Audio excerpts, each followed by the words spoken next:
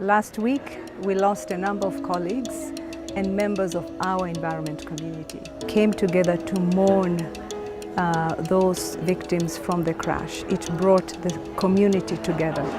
We felt a sense of obligation that we have to deliver an actionable declaration to honor their lives and commitment to the work of environment.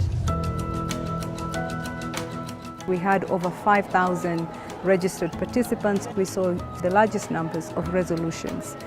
This is the most successful assembly so far. I feel very proud because we really achieved something. We'll have environmental data, and it is in the declaration the commitment to significantly reduce single-use plastic products by 2030, and it is the first time ever that such commitment on plastics has been taken globally. This has been a great UNEA because we have young voices that have been pretty loud, and what we've seen here is that movement begin to take shape.